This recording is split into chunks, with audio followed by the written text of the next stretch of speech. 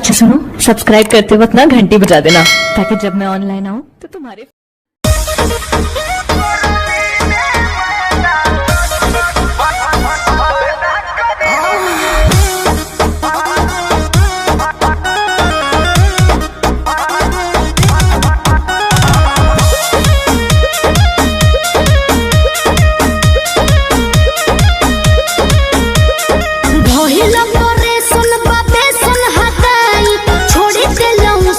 राजू से मंगाए।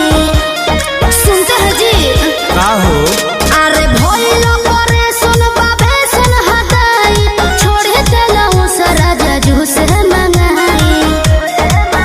नहीं सुई दवाई न पैदा करी गरमी में काजी गरमी में मैदा फायदा करी हो गरमी में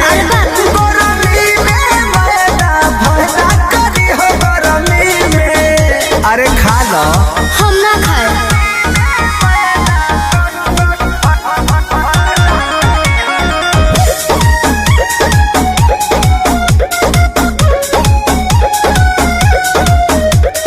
डॉक्टर से हमरा तो माना बा बिछुआ तो खाए के खाना बा।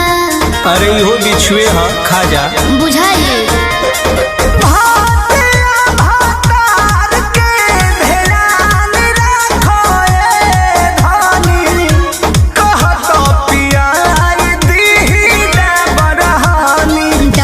से हमर